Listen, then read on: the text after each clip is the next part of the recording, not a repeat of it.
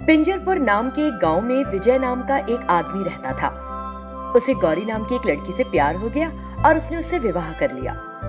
कुछ महीनों बाद गौरी ने एक लड़की को जन्म दिया। उन्होंने उसका नाम रखा कोमल। लेकिन कुछ समय बाद गौरी बीमार पड़ गई और एक दिन विजय को अपने पास बुलाया। सुनो, लगता है मैं अब और नहीं जी पाऊंगी। मैं तुम्हारे पास अपनी बच्ची छोड़े जा रही हूँ। मेरे बगैर तुम लोगों को बहुत परेशानी होगी, इसलिए तुम एक अच्छी सी लड़की देखकर जो मेरी बच्ची की अच्छी तरह देखभाल करे शादी कर लेना। ये कहते हुए वो चल बसी। गौरी की आखिरी इच्छा समझकर विजय ने एक लड़की से शादी कर ली। उसका नाम था देवी। देवी कोमल की अच्छे से देखभाल कर रही थी। ये देखकर विजय सुकून से था। एक दिन कोमल अकेली बैठकर कुछ सोच रही थी। विजय उसके पास गया और पूछा, क्या हुआ बिटिया, तुम यहाँ क्यों बैठी हो? कुछ नहीं बाबा, बस ऐसे ही। अच्छा, ये तो बताओ, तुम्हें अपनी नई माँ पसंद है ना? हाँ बाबा, नई माँ अच्छी है। पहली वाली तो झूठ बोलती थी, लेकिन ये जो कहती है ना वही करती है। अच्छा बिटिया, माँ क्या कहा करती थी? पहली वाली माँ ना कहती थी अगर मैं बाहर घूमने गई तो मुझे खाना नहीं देगी, लेकिन फिर वो मुझे सब जगह ढूंढती थी और घर लाकर मुझे खाना खिलाती थी। लेकिन ये नई माँ ऐसी नहीं है बाबा। इसने भी मुझसे कहा कि अगर मैं बाहर गई तो मुझे खाना नहीं खिलाएगी, और खिलाया भी नहीं। पापा, 2 दिन से मैंने कुछ नहीं खाया। ये माँ अपनी बात पर बनी रहती है।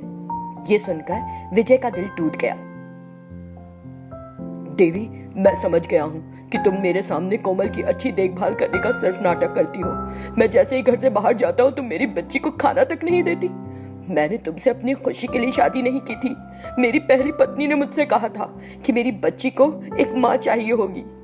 अगर तुम उसे प्यार नहीं दे सकती मत दो, लेकिन कम से कम उसे समय पर रोज खाना जरूर दे दिया करो। ये कहते हुए वो बहुत दुखी हो गया और बाहर चला गया। फिर देवी ने कोमल को बुलाया और गुस्से में उसके सामने खाने की थाली फेंक दी। माँ, मेरे हाथ में चोट लग गई है। अब अगर मैं चावल के साथ सब्जी मिलाऊंगी तो मेरे हाथ जलेंगे।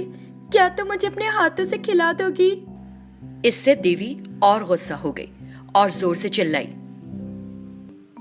हाथ नहीं लेकिन मुंह तो है अपने बाप से सब कुछ कहने के लिए। किसने कहा था बाहर जा और चोट मार? अब मैं तुझे नहीं खिलाऊंगी तो तेरा बाबा आकर मुझ पर चिल्लाएगा। और वो उसके मुंह में खाना ठूसने लग गई। माँ, मेरा मुंह जल रहा है। माँ, इसमें बहुत मिर्ची है, थोड़ा घी मिला दो। माँ, खाना चाहिए तो हमेशा अच्छा अच्छा।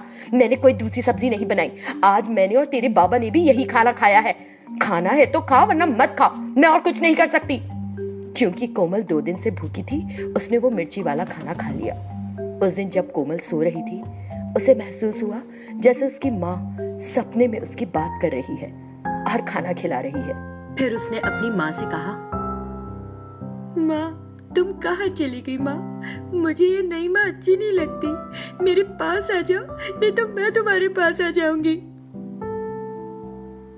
ये माँ भी अच्छी है बेटा, तुम्हें उनकी बात सुननी चाहिए। वो जैसा कहें वैसे करा करो, फिर वो तुम्हें नहीं मारेंगी, ठीक है ना? ठीक है माँ। तभी उसका सपना टूट गया और कहने लगी, माँ माँ। लेकिन उसकी माँ कहीं नहीं दिखाई दी। माँ, तुम मुझे छोड़कर इतनी जल्दी चली गई। मेरे साथ कुछ देर रह सकते थे ना? बहुत दिन बीतने के बाद भी देवी के व्यवहार में कोई अंतर नहीं आया। जब विजय घर होता तो वो नाटक करती कि वो कोमल की अच्छे से देखभाल कर रही है, लेकिन जैसे ही घर से बाहर जाता वो कोमल से घर के सारे काम करवाती। कोमल उसके जुल्म सहन नहीं कर पा रही थी। अपने बाबा को बिना कुछ बताए वो हमेशा उदास सी रहती। मैं पापा को इस बारे में नहीं बता सकती। अगर बताऊंगी तो माँ और पापा के बीच लड़ाई होगी। ये बात मुझे अच्छी नहीं लगती। हे भगवान, मेरी माँ को समझ दे, उनसे कह कि मुझसे अच्छे से रहे। इस तरह वो भगवान से हर दिन प्रार्थना करने लगी। विजय अपनी बेटी की परेशानी देखकर भी चुप रहा। उसने भी देवी को बदलने की कोशिश करना छोड़ दिया और हर दिन भगवान से प्रार्थना करता, हे ईश्वर, कृपा कर, देवी का दिल अच्छा कर दे। विजय इस तरह प्रार्थना करता क्योंकि वो देवी के सामने कुछ नहीं कह पाता था, लेकिन अपनी बेटी को इस बुरी हालत में देखकर उसका दिल हमेशा दुखी रहता। हम भी यही आशा करते हैं कि एक दिन जरूर देवी का दिल पसीजेगा और उसे कोमल पर दया आएगी, उसकी ममता जागेगी। होटका गांव में पमन ईरानी नाम का एक केलों का व्यापारी रहा करता था। हर दिन वो अपने खेत से कटे हुए केलों को एक लॉरी में लोड करता था और उन्हें शहर ले जाता था। एक दिन जब वो एक लॉरी में केले लोड कर रहा था तो अल्पेश पटेल नाम का एक व्यक्ति वहां आया और उसने बमन ईरानी से कहा, क्यों दोस्त, लगता है कि तुम्हारा धंधा जमकर चल रहा है। हाँ, अच्छा चल रहा है। तुम क्यों आए हो यहाँ? क्या चाहते हो? क्या मुझसे कोई काम था? हाँ दोस्त, कल हमारे घर में एक फंक्शन है, मुझे उसके लिए केले चाहिए। मैं केले के 30 गुच्छे लेने आया था। तुम्हारे पास तो होंगे, दे दो जरा। नहीं मित्र नहीं, मैं उन्हें ऐसे किसी को नहीं बेचता हूँ, मैं उन्हें शहर में ही बेचता हूँ। किसी और के पास जाकर कोशिश कर लो। तुम ऐसे क्यों कह रहे हो दोस्त? तुम उन्हें जहां भी बेचोगे तुमको पैसा मिलेगा, सही? मैं तुमसे ये केले उसी कीमत पर खरीदूंगा जिस पर तुम शहर में बेचते हो। अरे ऐसा कुछ नहीं है, तुम जा सकते हो, अब मैं तुम्हें केले नहीं बेचूंगा। इस तरह बमन ने गुस्से में कहा और एक तरफ चला गया।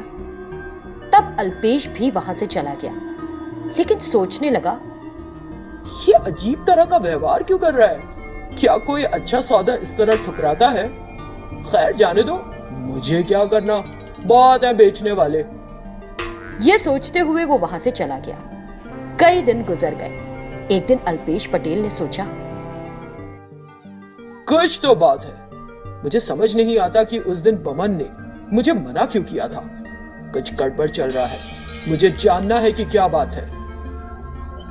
इतना सोचकर वो फिर से उसके पास गया और कहा, अरे दोस्त, मैंने तुम्हारे कहे के मुताबिक बाहर से ही केले खरीद लिए। फंक्शन बहुत अच्छा हुआ, लेकिन तुम आए ही नहीं। शायद तुम व्यस्त थे बहुत। हाँ, मैं उस दिन बहुत बिजी था। जब वे इसी तरह बात कर रहे थे तो अल्पेश पटेल ने चुपके से एक केला चोरी कर लिया और उसे अपने पास रख लिया। ठीक है दोस्त, तो मैं अब चलता हूं। इतना कहकर वो वहां से चला गया।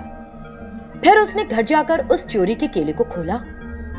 उस केले में एक सोने का सिक्का था, जिसे देखकर अल्पेश पटेल हैरानी में पड़ गया और सोचने लगा, अरे इसके अंदर सोने का सिक्का कहां से आया? बमन कुछ गड़बड़ कर रहा है। लगता है कि वो अवैध रूप से इन सोने के सिक्कों की विदेशों में तस्करी कर रहा है। मुझे सच्चाई को जानना है और उसे सबक सिखाना है। उस रात वो अकेले बमन के केले में पहुंच गया। उस समय बमन ने आसपास देखा और उसे लगा कि कोई नहीं है। फिर उसने भूमिगत दरवाजा खोला और अंदर चला गया। अल्पेश ने देखा तो सकपका गया। तो जमीन के नीचे कुछ चल रहा है। ये सोचकर वो चुपचाप उसके पीछे गया। उस सुरंग के अंदर बमन ईरानी और कुछ लोग केले के अंदर सोने के सिक्के डाल रहे थे, जिसे देखकर अल्पेश ने सोचा, ओह, तो मैंने जो सोचा वो सच था। ये अवैध रूप से सोने के सिक्के की तस्करी कर रहा है। मुझे इस बारे में पुलिस को इसी वक्त बताना चाहिए। इतना सोचकर वो पुलिस अधिकारी के पास गया और उन्हें सारी बात बताई। पुलिस अधिकारी ने बात ध्यान से सुनी और बोला, ठीक है, हम अभी चलते हैं वहां। फिर दोनों उस सुरंग में चले गए, लेकिन वहां तब कोई भी नहीं था।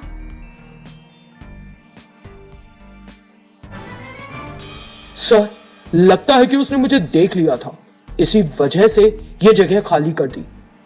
लेकिन उन्होंने अब तक गांव के अंत का चेक पोस्ट पार नहीं किया होगा। सभी लोग ट्रक में होंगे।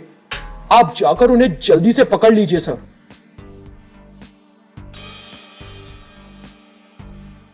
इतनी जल्दी इस जगह को खाली करना आसान नहीं है। उन्हें यही कहीं होना चाहिए। ठीक से तलाश करते हैं। तभी अचानक पुलिस अधिकारी ने कोने से आ रहे शोर को नोटिस किया। तुरंत वो वहां गया। बमन और साथ कुछ और लोग वहां छिपे हुए थे। पुलिस ऑफिसर ने उन पर अपनी पिस्टल साधी और बोला, तुम इतने दिनों अवैध रूप से सोने की तस्करी कर रहे थे ना? अब सारी जिंदगी जेल की हवा खाना। आओ मेरे साथ। सो प्लीज हमें छोड़ दो, हम दोबारा ऐसी गलती नहीं करेंगे, कभी नहीं करेंगे। मैंने कई बार ऐसे झूठे वादे सुने हैं, चलो आओ मेरे साथ। पुलिस अधिकारी ने उन तस्करों के बारे में जानकारी देने के लिए अल्पेश पटेल की सराहना की। फिर उन तस्करों को वो वहां से लेकर चला गया।